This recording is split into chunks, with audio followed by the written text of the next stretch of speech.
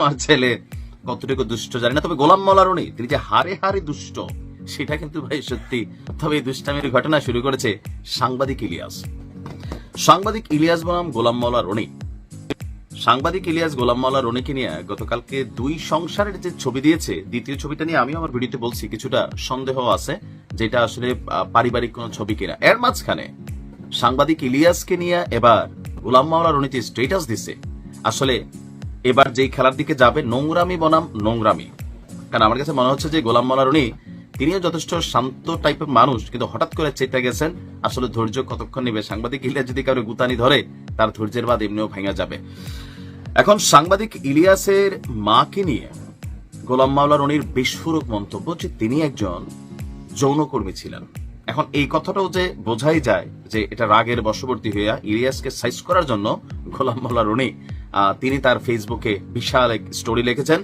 তো সেখানে লিখছে, সাংঘাতিক ইবলিয়াস একজন দিচ্ছে গোলাম মাওলারে ময়লা, আর এখানে কি বলা হয় যে ইলিয়াস হুসাইনকে ইবলিয়াস হুসাইন ওরফে ইল্লু বলছে যে ইল্লুর সঙ্গে আমার সম্পর্ক এবং তার মায়ের সঙ্গে আমার কিভাবে পরিচয় এবং তার স্ত্রীর সঙ্গে তার অফিসের লম্পট বসের সঙ্গে কি সম্পর্ক তা নিয়ে বিস্তারিত বলার আগে ইল্লুর মায়ের যৌবনকালের ছবিটি ভালো করে দেখে নিন। একটা ছবি পোস্ট করেছে। 100% এটা ইলিয়াসের মা না, এটা বোঝাই যায়, বা আই ডোন্ট নো, সম্ভবত না। যাই হোক, তো এখানে বিশাল একটা স্ট্যাটাস তিনি দিয়েছেন। তিনি লিখেছেন, চাকুরি বাকুরি, ব্যবসা বাণিজ্য, রাজনীতি, মেধার লড়াইয়ে গত 40 বছরে বড় বড় রাঘব বোয়াল, মাফিয়া, সিন্ডিকেট, তথাকথিত বুদ্ধিজীবীদের পেছনে ফেলে আমি যেভাবে আজ অবধি টিকে আছি তা বিস্ময়কর। শেখ হাসিনা সরকার সর্বোচ্চ চেষ্টা করেছে আমাকে আর্থিক দুর্নীতি, ব্যক্তিগত চরিত্রহীনতা প্রমাণ খোঁজার জন্য। তো জীবনে আমি ইল্লু বিল্লুদের সঙ্গে কোনোদিন লড়াই করিনি। যাদের সঙ্গে লড়েছি তারা ক্ষমতা, বিত্ত, বৈভবে সারা দেশ সেরা এবং সব লড়াইয়ে প্রতিপক্ষ পরাজিত হয়েছে।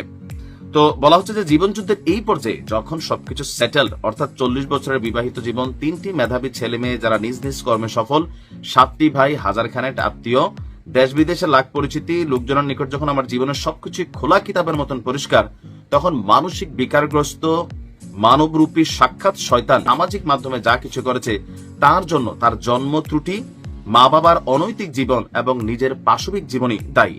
তার জীবনের হতাশার নেপথ্যের কারণ বর্ণনা করলে বুঝবেন কেন সে বুনু শুয়োরের মতন সাধারণ শব্দ করে আর মন্দ চিন্তা এবং মন্দ ক্রমে ব্যস্ত থাকে। এখন সাংবাদিক ইলিয়াসের পেজ থেকে যেটা পোস্ট করা হয়েছে, দ্বিতীয় ছবিটা নিয়ে আমার কাছে মনে হয়েছে যে এটা জাস্ট গোলাম মাওলা রনিরে উস্কানোর জন্য। তো উস্কানোর খেলাটা কোথায় গিয়ে পড়ছে এবার দেখেন। ইল্লু যখন বালক তখন তার মা কয়েকটি হোটেলে নিয়মিত যাতায়াত করত।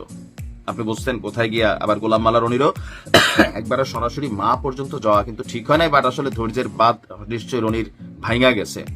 কখনো তার বাবা, আবার কখনো বালক ইল্লু তার মাকে নিয়ে হোটেলে আসতো এবং মায়ের ফিরে না আসা পর্যন্ত লবিতে অপেক্ষা করত।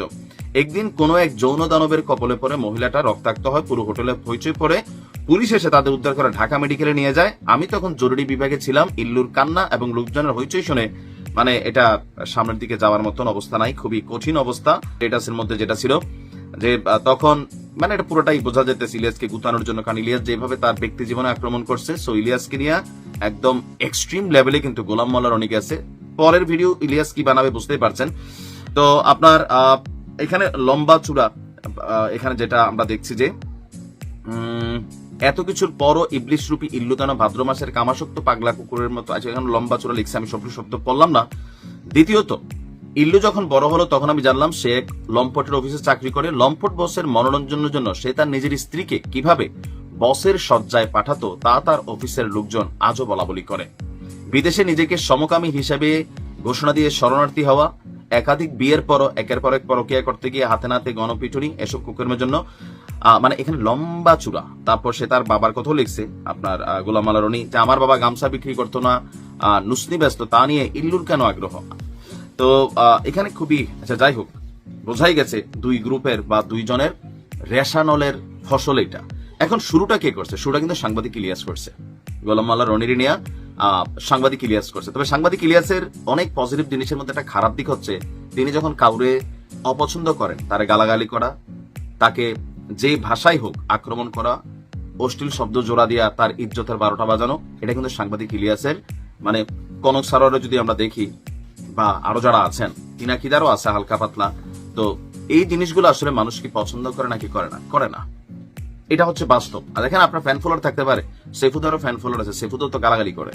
তো সাংবাদিক ইলিয়াসের সবকিছু পজিটিভের মধ্যে অসম্ভব অসাধারণ সাংবাদিক, প্রতিবেদনের কথা তার বলাই লাভ নাই, সৎ মানুষ, সব ঠিক আছে, কিন্তু ওই যে তিনি যে শব্দ প্রয়োগ করেন কাউকে আক্রমণ করার জন্য কথা দিয়া, তো সেইগুলা স্বাভাবিকভাবে মানুষের ধৈর্যের বাঁধ ভেঙে দেয়।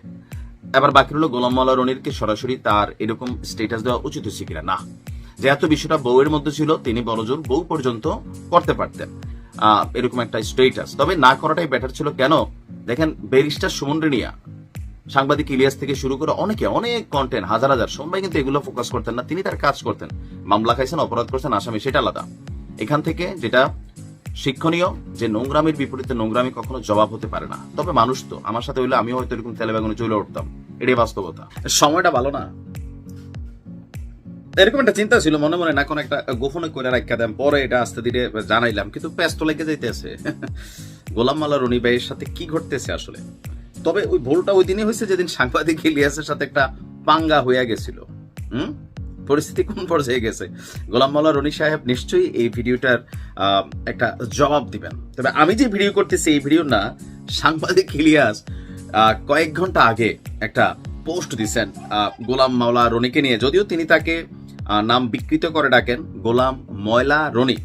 সাংবাদিক ইলিয়াসের নমুনা তো বোঝেনি, যারে ধরেন তার 14 গোষ্ঠী অথবা ইজ্জত মান সম্মান যা আছে সবকিছু কিন্তু কেমন করে ফেলেন। যাই হোক, গোলাম মাওলা রনিকে নিয়ে কয়েক ঘন্টা আগে সাংবাদিক ইলিয়াস একটা স্ট্যাটাস দিয়েছেন, দুইটা ছবি আপনারা দেখছেন। দাবি করা হচ্ছে প্রথম ছবিতে যারা আছেন এটা হচ্ছে গোলাম মাওলা রনির প্রথম স্ত্রী এবং মেয়ে। আরেকটা ছবি যেটা দেখছেন, এই ছবিটাতে দাবি করা হচ্ছে এটা রনির দ্বিতীয় স্ত্রী, আর ওনার নাম হচ্ছে ফারজানা। তো সাংবাদিক ইলিয়াস তিনি একটা চিঠি আকারে একটা পোস্ট করছেন। তো এটা কি? রনি ব্র্যাকেটে গোলাম ময়লা রনি।